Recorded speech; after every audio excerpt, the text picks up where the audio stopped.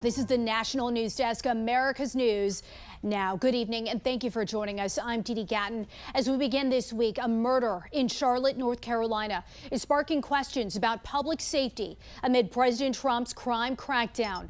We have team coverage. Kayla Gaskins in Washington as lawmakers call for criminal justice reform.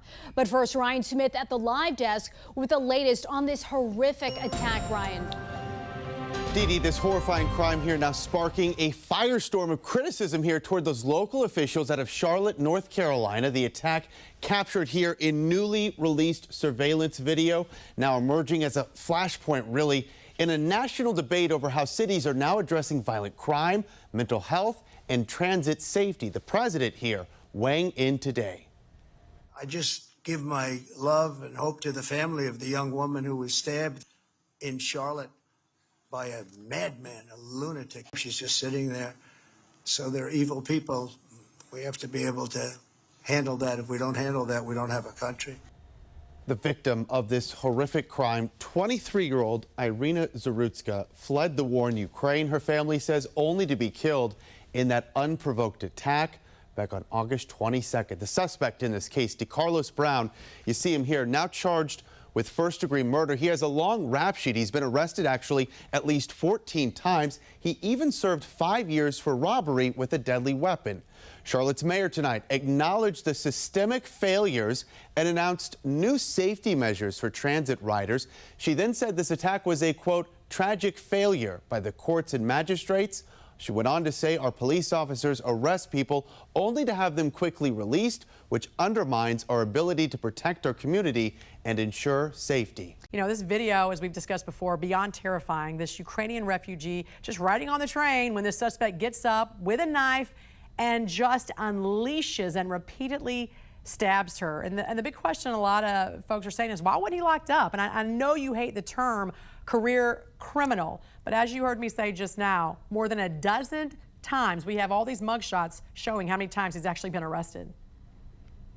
Yeah, I do hate the term career criminal, Jan, because to me it shows the criminal justice system has failed.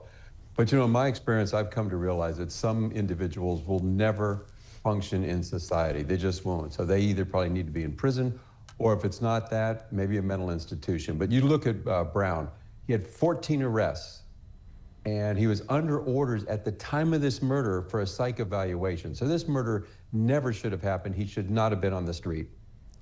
And now there's calls to withhold federal funding for cities that do not have security on these public transit systems. In general, how can we also make sure there is protection against mentally deranged monsters like this who can just come unhinged at any time? Yeah, there's no absolute protection from this, Jan. I always tell people, be aware. All too often you travel on the L or something like that in Chicago and you see people asleep. They're totally unaware of what's going on. If possible, carry some type of legal defense tool like pepper spray. And if all possible, travel in groups. But is there an absolute protection? Yeah. Sadly, there is not.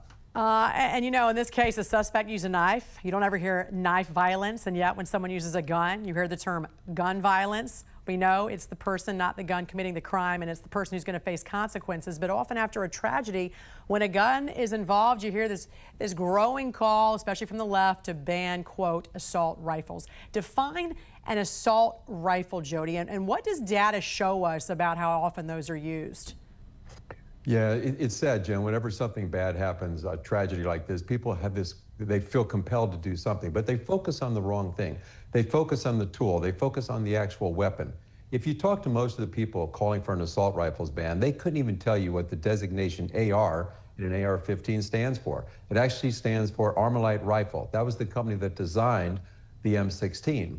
So what is an assault rifle? If we go back to the 1994 assault rifle ban, it had to have two of the following components: a pistol grip, a folding stock, a flash suppressor, a bayonet mount, and a grenade launcher. So do these weapons look scary? Yes. Can they be deadly in the hands of a criminal? Yes. But all firearms can do that. So I think you have to look closer at what the data actually says. And then, quite frankly, the Second Amendment gives law-abiding American citizens the right to bear arms. And quite frankly, you say, when you look at the stats and you look at the data, AR is clearly not the issue. Tell us more about this.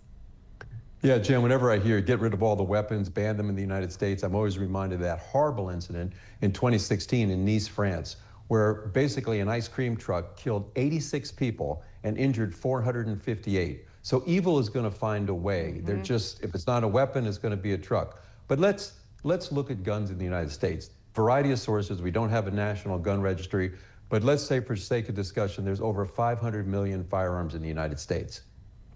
The assault rifles, as they call it, are actually AR-15s, comprise about 30 million firearms. So that's about 6% of all the firearms.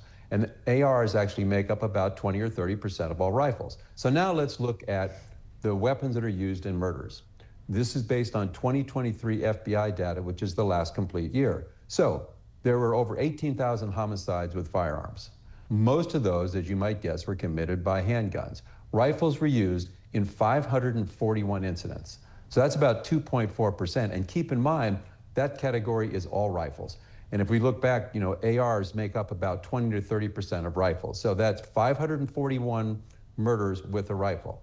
So let's compare that to other weapons. Would you be surprised to know that hands, fists, and feet using personal weapons accounted for 665 murders, 2.9%. So if we look at the lethality of weapons, hands, fists, and feet are more lethal than rifles. And I think that's an important fact to consider. Knives used in this horrible attack on that Ukrainian woman make up about 7.1% of the murders. So clearly, ARs are not the issue when we talk about murders in the U.S.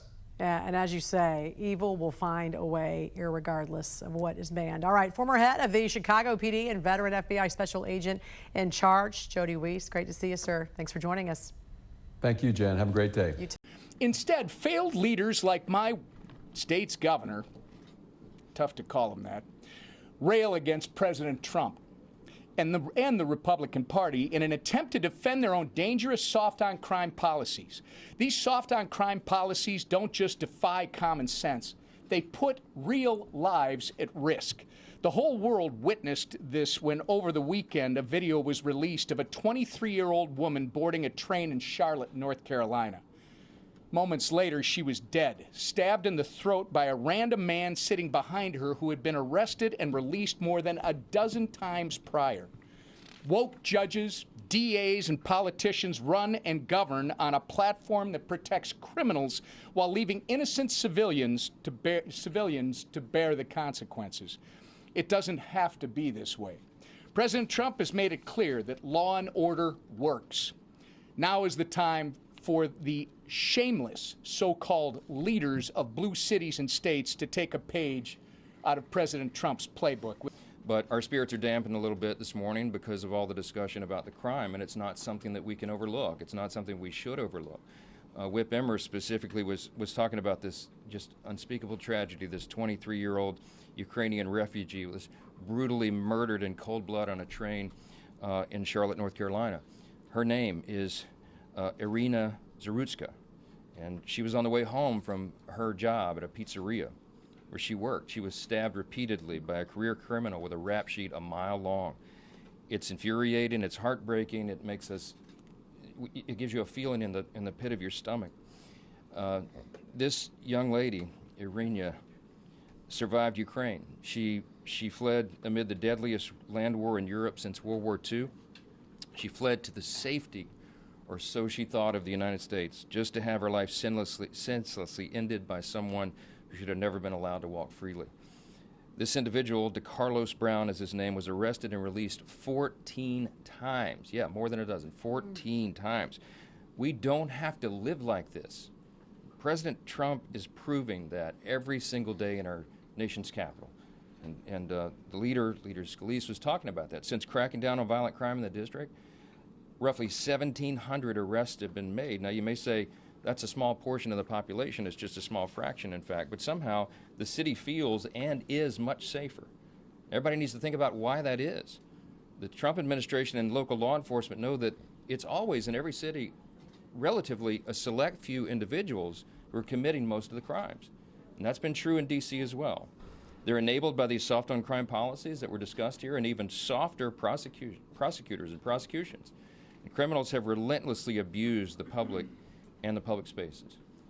We just want to say this loud and clear, and we're demonstrating it. This is not just talk, this is action. Republicans are in charge, and when Republicans are in charge, those days are over.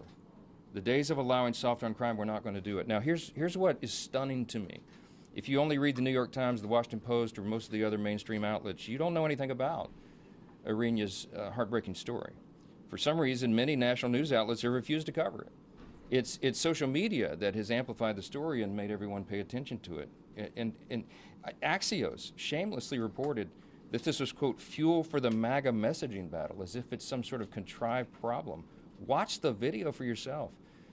It's a tragedy. It's a completely avoidable tragedy that deserves the nation's attention. For now, all we can do is pray for the family, the Zarutska family, and continue our calls for the swift application of justice.